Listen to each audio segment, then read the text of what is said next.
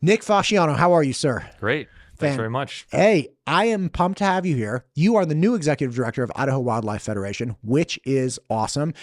There is no large body that represents hunters and fishermen and things of that nature, outdoorsmen. Obviously, we have trade groups, right? Yes. So you have, outfitters and whatnot that are represented by a trade group. But for just individuals like me that enjoy the outdoors, you guys help to represent our best interests. You don't collect dues from me, obviously, because I'm not going to pay you to have outside, Right. but you go to work every day with the Idaho Wildlife Federation to advocate for legislation, to mobilize people in certain directions, to help educate the populace about all this wonderful thing, the outdoors that we have in Idaho that nobody else is doing. Yeah.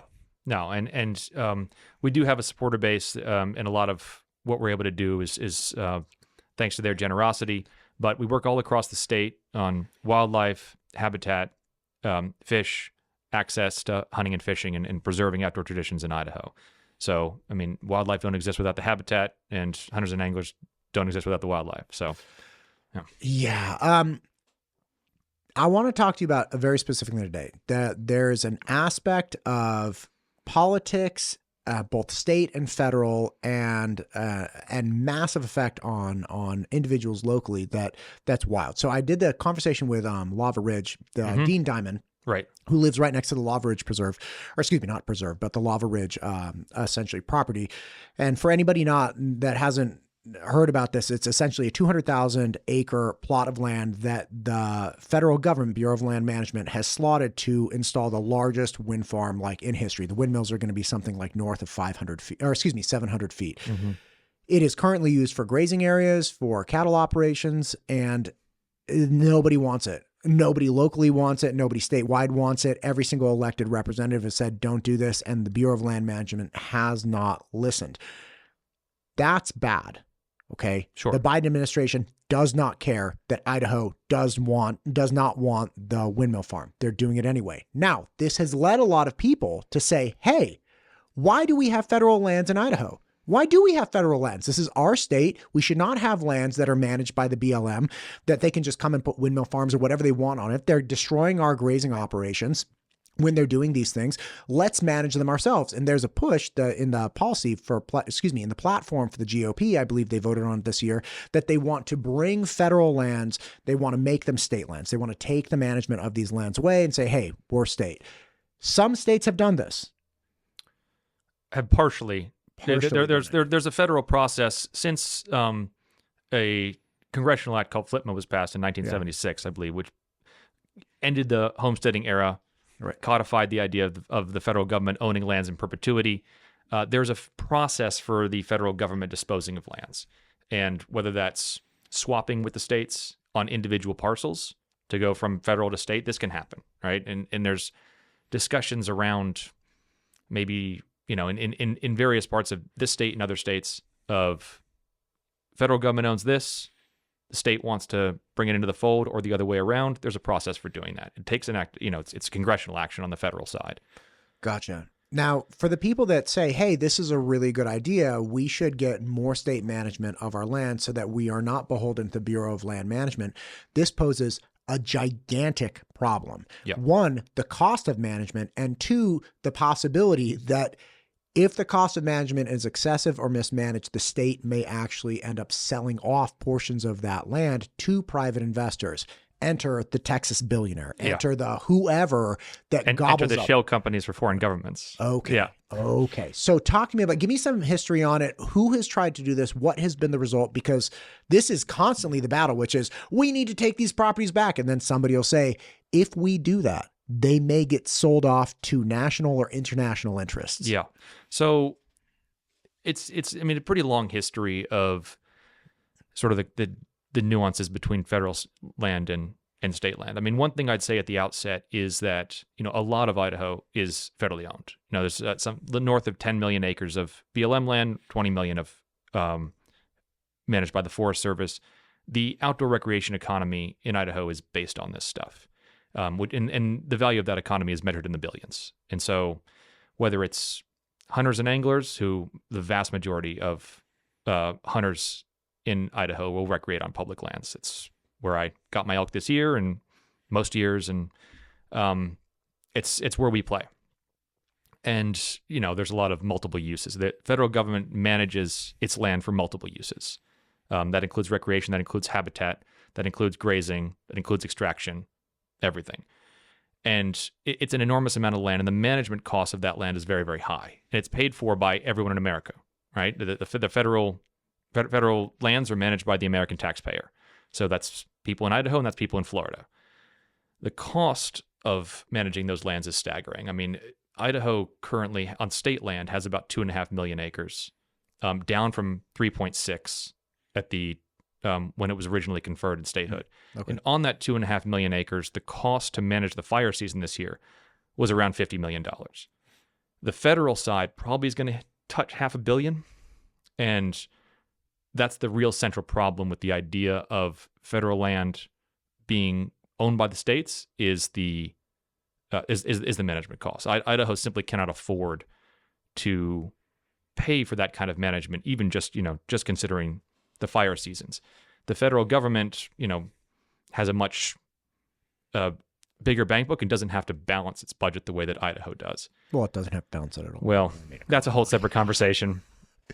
But we just flat out can't charge it. We can't put it on a credit card. Right. And when that happens, the result is you have to get rid of a lot of this stuff. Right. So if you have management costs that are that high, you can't reasonably afford to pay them, and you need to pay the bills, you sell the land off. So, I mean, this has been an effort, it oftentimes comes out of Utah for whatever reason, but the effort to find a way to transfer land from federal government, either directly privatize it or sell it to the states, it's hard to imagine they would just give it away.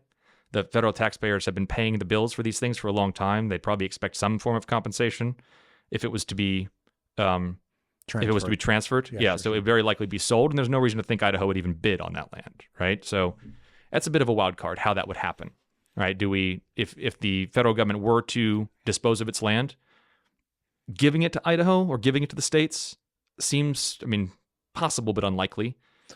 More likely that it would sell it, and whether or not Idaho would bid would be a question mark.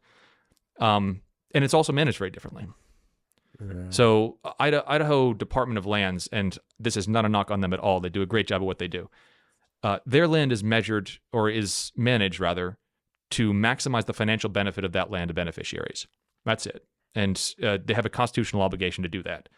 So a lot of their land is managed for timber harvest. And it's very different from what the Forest Service does, for example, which is a multiple use focus. Idaho Department of Lands, when you walk on those forests, you'll see that there's a lot more roads. It makes for very pretty forests, but it doesn't necessarily make for the same kind of backcountry experience that you see on national forest lands. So lots of problems here then, yeah. It sounds like. So and to be clear, if the federal government was even open to an idea of transferring this land out of their possession and management, first off, you have to bid. Yeah. Right. And the bidding, theoretically, you would have to, most likely they would want some kind of compensation for what they've been maintaining it. Right. If I've been taking care of a house forever and the house goes up in value, I'm not just giving it away to somebody, or I want to recoup. They would, I would assume, have some fiduciary duty to, get some kind of recouping or compensation for the investment that the taxpayers made. Now, that doesn't mean that the federal government always does that. So fine, maybe that wouldn't happen, but there's a possibility that it would get opened up to bidding, which means it's out of our hands immediately. Yep. So the first conversation is, do we have the money that we would potentially need to have to even end up actually getting this land from the federal government? Because it could go to some, again, Texas guy, or you're saying shell company. Yeah, well, I throw that out there just because it's open to whomever can afford it. There's a very few people or entities out there that can afford the large chunks of land that would potentially go for sale. Just to back up a little bit, the origin of this whole discussion right now, you mentioned Lava Ridge. We've been talking about this recently because Utah just filed a petition or a complaint with the Supreme Court to enable them to argue the case in front of that court that something like 15 million acres of land, BLM land, in Utah should be transferred to the states. And the Attorney General in Idaho filed an amicus brief to sort of say, and Idaho as well would like to see that for something like 9 million acres in Idaho. And why, if I may ask, why is Utah doing it? Just to have it? It's a little bit unclear. They've been on this train for kind of a while of trying to get their, a certain amount of federal land transferred to, or, disposed of. And whether it's to get it sold or because they don't like what the federal government has been doing with it, it's more of an open question as to why. But the idea of it actually happening would be absolutely devastating to the outdoor recreation economy. And it's always been kind of a sneaky move to say, let's transfer it to the states. Again, for the central problem that the states would have to manage it. And again, Idaho has 2.5 million acres right now. If you multiply that by, 5, by adding additional 10 million acres, one, you'd just get an enormous amount of bloat to have to manage that stuff. And it would be too expensive for the state to be able to do. And again, you're saying it would be devastating to the outdoor recreation interested groups, specifically because if Idaho manage it, they have a responsibility to manage it for the greatest benefit, and that would be essentially for the agricultural value, as in we're growing trees and let's start logging like crazy because that's the benefit. And they wouldn't have an obligation to manage it successfully for the outdoors recreation groups? No. So, I mean, in the state constitution, state endowment land has to be managed to maximize financial benefit to endowment beneficiaries. The federal lands don't have that obligation. They manage for multiple uses. And so if the state is productive, as a lot of Idaho timberlands are productive, they keep them, they lease them out for timber purposes. If they're not productive and they get a good offer on them, then they sell them off, right? Right. And timberland that's not very productive for timber could also be fantastic land for recreational use. It could be. It oftentimes is fantastic for recreational use, but recreational use adds a lot of value to the outdoor economy overall, so it adds a lot of value to Idaho. It doesn't necessarily add a lot of value from that parcel of land's perspective. And so you get this situation where this piece of land isn't generating enough money, and this piece of land isn't generating enough money. All over the state, the combined effect is a multi-billion-dollar outdoor recreation economy. But if you're making decisions just based on individual parcels, you could very easily see, well, we should sell this, and we should sell this one, and we should sell this one. And then eventually you wind up with nowhere to go from a recreation perspective. That's wild. Okay, so this is why every time somebody says, hey, we should get our land back from the federal government, people are like, that's a terrible idea. Yeah. Okay, help me understand then. Have other people done this? Like, it sounds like Utah's kind of been on board with doing this. I mean, there have been other people who have attempted this, right? They've tried to. Okay. So there's been a number of attempts, starting from like the Sagebrush Rebellion days, where... What's a Sagebrush So Rebellion that was... days? Yeah, it's a bit of a rabbit hole, but it's all right. Like, let's go. Sort of the early ideas that the federal government shouldn't own land and shouldn't be able to tell somebody what to do on that property. Sure. Started to get the sort of animus going of, you're in D.C., sitting in D.C., who are you to tell me what to do on this land? You don't have any right to do it, and sort of disputing the idea that the federal government can manage these lands. And you've seen different things percolate over time, where frustration with the federal government leading to the idea that the federal government should be managing these lands, right? Part of that is bad communication, is the feds not always being clear about what it is they're doing. Part of it percolates up to things like Lava Ridge, where people feel like their voice isn't being heard. And the one thing that I'd say with that is, that particular one has created such a stink and such a big uproar that I don't think that's anyone's best case scenario, is seeing people feel like they're not being listened to and having it feel like it's being foisted upon somebody. But there is a process, right? There is a way to make your voice heard, whether it's through the NEPA process or whether it's through there's a number of steps. Anytime there's going to be a large scale infrastructure project on federal land, there's steps with public input. The state doesn't have the same obligation to do that. So again, leases for renewable energy generate quite a bit of money. And so as on state land, we're probably going to see more of these. We saw one come up already with the Arco Wind project. And their obligation is to maximize financial returns. The federal government's obligation is to maximize for multiple uses. When you get something like Lava Ridge, yes, it's very frustrating, but there is a process to go through. I thought Arco was like the atomic city. Yeah, well, they're They're very proud going of to that. Wind Yeah, City? yes. Well, it's not in town, but there's the state recently developed its sort of renewable energy leasing policy, Gotcha. which again focuses on financial returns. That's what their mandate is. And interestingly enough, I found out even before I moved here that although Idaho is a large producer of clean energy, it sells that clean energy to other places. So other places can be like, we are clean energy. Like it's like, yeah, but you don't pay the bill for it, in that you don't have the windmills, you don't have the dams, you don't have, the solar farms. You're just buying that from a different state who has to live with all of this energy production, machinery essentially. Yeah. And you get the benefit of, and you pat yourself on the back and then just, do whatever. Yeah, it's one of the, obviously that was one of the big complaints about Lava Ridge to begin with, right? It was going to be on land that's in Idaho, but the energy gets sent elsewhere, right? SoCal. And it's all yeah, going I know. SoCal. Yeah. It's so yeah. You can't even say it with a straight face. You're I know. like, okay, they're planting the windmills in Jerome, Idaho. They're going to be 700 feet. It's 200,000 acres of land. They're stopping the cattle grazing. There's not going to be management of fire mitigation, and they're selling the power to Southern California. I know. It's like a caricature of a horrible thing, right? It's like one of those old political cartoons where everybody's like giant face or something. Like, it's ridiculous. Yeah. Yeah. But that's just a bad look. It's a bad look. It's a bad look. But one thing I would say is again, there is a process for public input, and the benefits that Idaho gets overall from federally managed public lands are enormous. So you could always go to one specific place or another particular case and say this is really bad. But if you own a piece of property and you don't like the way it's being managed, you fire the manager. Or you work on improved management. You don't give the land away, right? And right now you own that land. I own that land. Everybody owns that land. If it's transferred to the states, that's not the case anymore.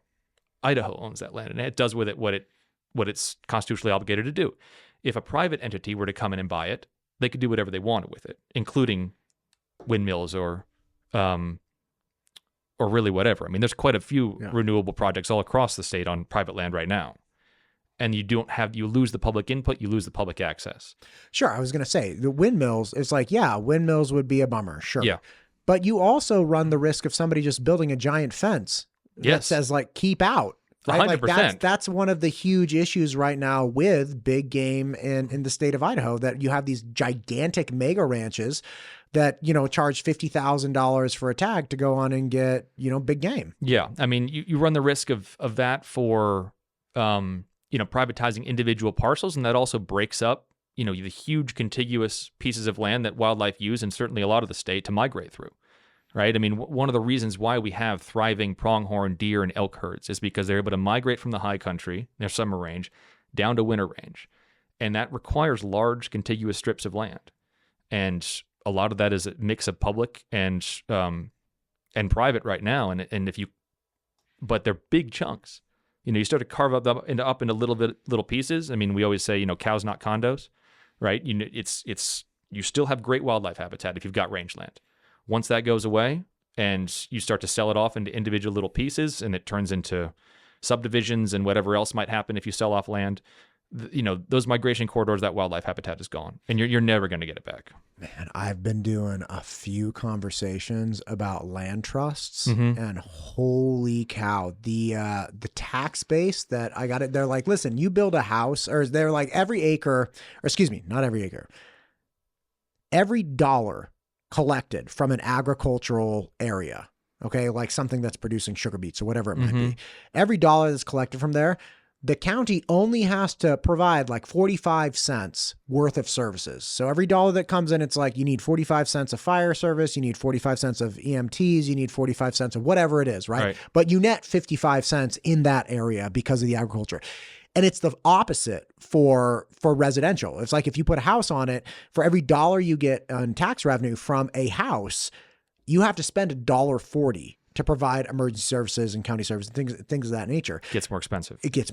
And so the whole like cows instead of condos, one interesting thing that I was talking to somebody about recently, Justin Buckley, was like, okay, but this is what happens then in areas that get rid of open spaces, either utilized for agriculture or other things, and just build condos. You just start increasing the tax burden without replacing it, like you go from 45 cents to $1.40. That's like more than times 3.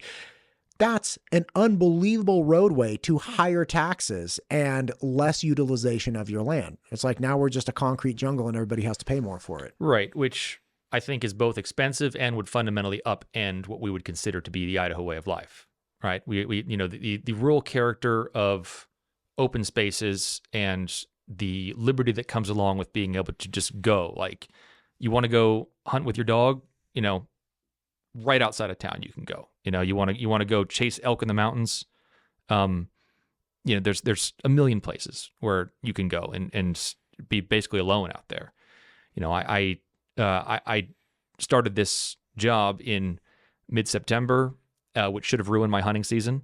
But I drew a rifle tag in the area I usually archery hunt. I know it really well. I was able to go out there, fill that thing on opening day, and come back, cut it up, and keep working, right? And that's because I have the liberty to go out on these wide open public places, which harbor wildlife, and you know, experience the kind of freedom and liberty that provides, right? Is once you get rid of that, you lose something that is unrecoverable and very hard to find. Man, that's wild. You nailed it on the first day. Well, yeah, I did. I mean, like, You're like, well. I don't want to, I don't want to toot my own horn too much because I did scout over the weekend. But yeah, I mean, it's. I mean, one of the things that I always say about public land is it is a, the sense of freedom that you have on that, just knowing that it's out there, right? Is and is unique to America. Nowhere else has this, at least not at that level. And I've always been very, very happy with the level of freedom that you have on those lands. I know some people are, you know, can be frustrated with the management, and that's part of the process. You can talk about the management. You have there is a process for engaging with that while it's federally public. You know, once it goes to private land or once it goes to state ownership, that goes away. Okay.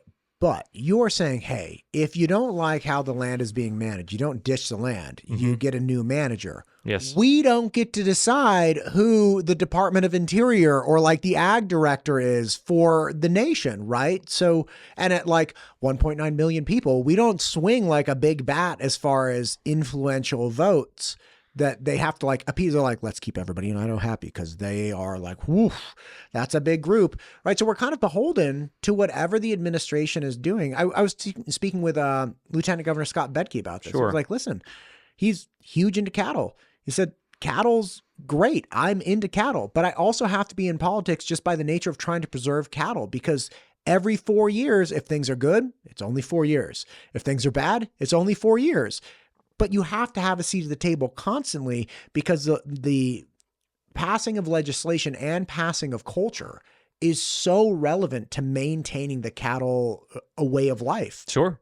That it's like, you have to have a seat at the table, but we're not that big. So like, what do we do? If we're like, okay, well, you know, don't just switch out the management. It's like, we don't have a choice. Well, I mean, to some degree, that's what the electoral process is for, right? I mean, like the people can decide what it is, what values they want to represent and represent those to their elected officials. And a lot of the management, I mean, yeah, the Department of the Interior is not someone who's elected, but they're appointed. Right. They're appointed by the administration, right? And so if people both of these things we have no influence over. I'm not saying no influence, but very little influence. Right, but the federal government, again, when it comes to specific land management, has a process that it has to go through anytime it goes through, and anytime there's something like an infrastructure play, or if they're doing a forest planning, or if they're doing a travel management plan, which these are all things that we work on, you know, at IWF. We'll review them, we'll look at them, we'll say what we think is best for hunters, what we think is going to be good for wildlife. It's all pretty dry stuff, so it depends on how much engagement you get, but there is a process, right? The federal managed land is the only type of land where that's the case. Gotcha. Yeah. And again, it's the only type of land as you're articulating that has an obligation to multi-use. If it goes to private or state, that first off, you have no say over the private, and second, with the state, you have to maximize financial return. Yeah, and we spend most of our time with federal agencies talking with local field offices. Right, we're not calling DC to provide our input. These people are here, and so I mean they report up to federal agencies, but we know them. They're local. They live here. They understand kind of the when they get the input, they understand what people are looking for. Gotcha. So bottom line is, as much as we like the idea that we could boot the federal government out of the management of our great state of Idaho, that brings up a lot of very serious potential consequences that could really eliminate or negate a lot of the benefit that we get by having federal land. So it's kind of like you got to tolerate the devil a little bit just to get the benefit of what you have. Absolutely. I mean, local management, anytime the idea of local management sounds really good, right? And I think everyone would prefer to have lands managed as locally as possible. And a lot of us who work on this a lot, will always be working towards better management of these lands, better understanding what's on the landscape, better understanding what people are going to want. We look at it from a hunting and fishing perspective, but there's huge coalitions of groups that have interest from various sides that provide that local input. But the fact that it's owned by the federal government and they bear the management costs and is really gets to the heart of why it's so valuable that they maintain it. If it gets, we see state management of lands as a almost direct path to privatization, purely because it's so expensive to manage at that scale, and the state has a single mandate, right? Maximize the financial return of these lands for beneficiaries or for endowment beneficiaries, and it's so expensive to manage that really the only feasible way to do that would be to sell off a lot of this. Here's a question for you. Should we feel bad about having federally managed lands that they spend a lot of money on that other states don't have federally managed lands? Like there are states on the East Coast that just flat out don't have federally managed lands. Like Texas, I don't think has federally managed lands. Very, very few. But right, like, and there are other states that are like this. So they're paying into taxes to maintain our like hunting grounds. Yeah, it's pretty great. Yeah. Yeah. If you're welcome to feel bad if you want to.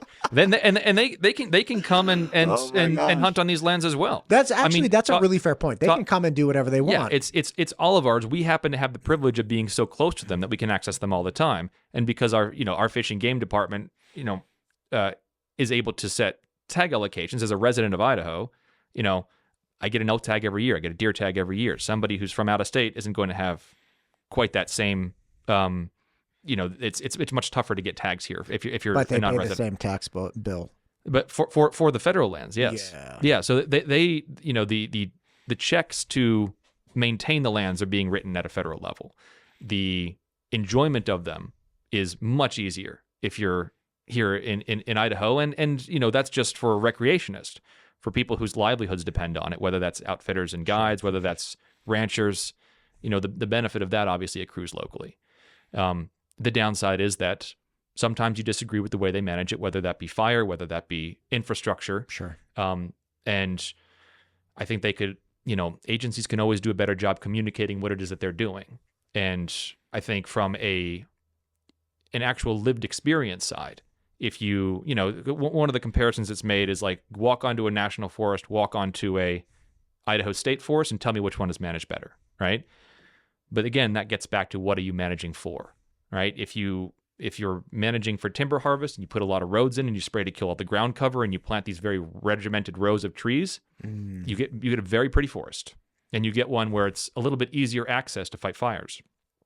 If you've got a national forest and steeper terrain with a lot more ground cover, a lot less regimentation in how the greenery develops, it's tougher to fight fires. It looks like more of a mess, but a lot of it can be very, very good wildlife habitat. And a lot of it is. Can I ask you a really, really, really, really dumb question? Sure thing. This one puts me, when I say I'm an idiot, this one puts me right up there. Yeah.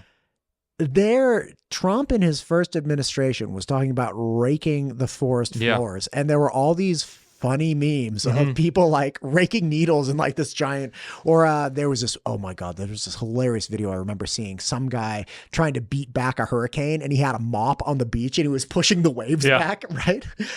Anyway, but there is a mechanism to reduce fuels. Absolutely. And it doesn't have to do with a bunch of dudes like raking the forest floor, right?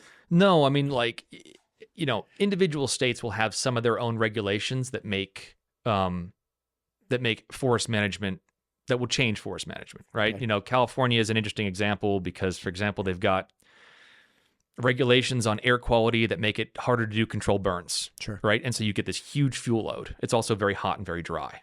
And so when you have 100 years of that sort of protocols, and you have a lot of fire suppression that happens, and you also have so many people over there that you end up with, they can't let fires burn in anywhere because they're all close to residential centers. Right. And you get a huge fuel load, and you get very, very hot fires, and you get these crazy, these crazy fire seasons that dump smoke all the way over here, and I have to deal with them when I'm hunting elk. Right. But and I had a smoker's cough easily. Yeah. Smoker's cough easily for like 3 months. And my dad was like, oh, I think I got, he was like, I think I got whooping cough. I'm like, yeah, or it's like Armageddon outside. Yeah. Dad. Like pick one of the two. Total mess. Yeah. Right. And you see, forest conditions and how much fuel load there is will impact fires everywhere in the West. Right. And so, this fire season was very tough. I know there's a lot of people who are very frustrated with how the federal government managed it.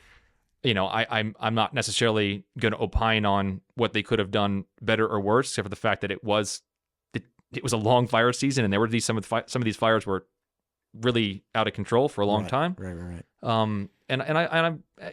I know that from their perspective, they could do a better job communicating what it is that they're doing and what they're working on and what their decision points were and what their resource allocations were.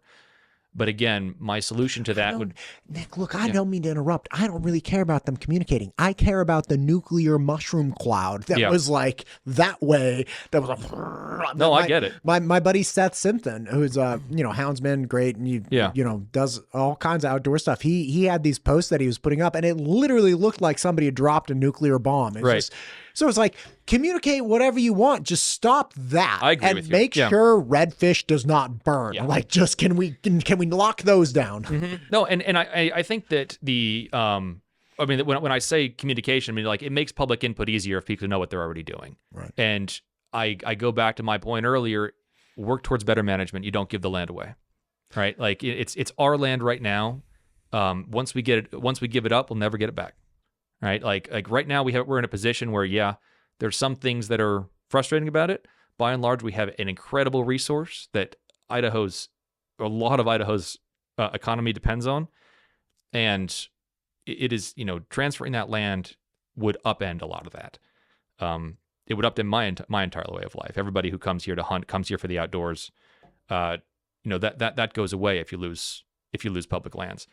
We have a chance to work towards better management for everything that's frustrating people, and it's going to be a frustrating process. It's working with the feds. That's the reason why people get frustrated with it. Yeah. But Governor Little did seem optimistic. I think there's a lot of opportunities to improve that, and a lot of it's going to be working hand in hand with the state. I mean, I think things like the Good Neighbor Authority to collaborate. Allow the feds to collaborate with the states a bit more to solve some of those problems. All areas that are kind of that kind of dry, kind of boring public input that's hard to get people really excited about. But are ways that you can have a voice in managing federal public lands. And then from IWF side, I think we just continually try and remind people, it's one of those things you don't really know what you got until you lose it. And public lands for a lot of people feel like they just sort of fell out of the sky. Like they're there, of course we're always going to be able to go, do whatever. Go hunt and hike out here. Of course, the sawtooths are never going to be brought to you by Nabisco, right? It's like it's these feel like a birthright, and because of that, it feels like you can just sort of take advantage of them and take them for granted. And they are unique. They're the largest undistributed source of wealth in the world. Nowhere outside of America has this. It's one of the most iconically American things that I can think of, and a lot of us have entirely built our lives around it. And gambling that we can totally upend that and it'll somehow work out to a system that we still like, to me is a huge risk. Nick, God bless you, sir. I feel I have had little glimpses of this explanation, but nothing like this. I really appreciate you explaining this. And again, you and I have a lot of conversations to have in the future, but with regard to this, is there anything you want to hit at the end here? I don't think so. I mean, I think it's just, we'll be continually active on this issue. This seems to happen every handful of years, and the continual emphasis on why this is so beneficial to Idaho, and at least from a hunter's perspective, from an outdoor recreation's perspective, it's what we built our entire lives around, is something that it always bears reinforcing. And I always try and emphasize this is no knock at all on the state, right? Or on how state lands are managed. They have a job to do. They do a wonderful job with it. But there's a reason why we value federally public land so much, and it's just a different mandate than what the state has. I appreciate you. Thank you for taking the time to come in. Thank you for stepping up and being the new ED for Idaho Wildlife Federation. We desperately need representation for I believe it's the second largest economic driver in the state of Idaho. Am I accurate on that? Oh yeah. I mean, the outdoor recreation economy here is huge. The tradition of hunting and fishing in Idaho is, part of our core cultural legacy, and our determined objective is to make sure that lasts forever. Yeah. God bless it. Thank you for coming in, sir. Let's do it again. Thank you.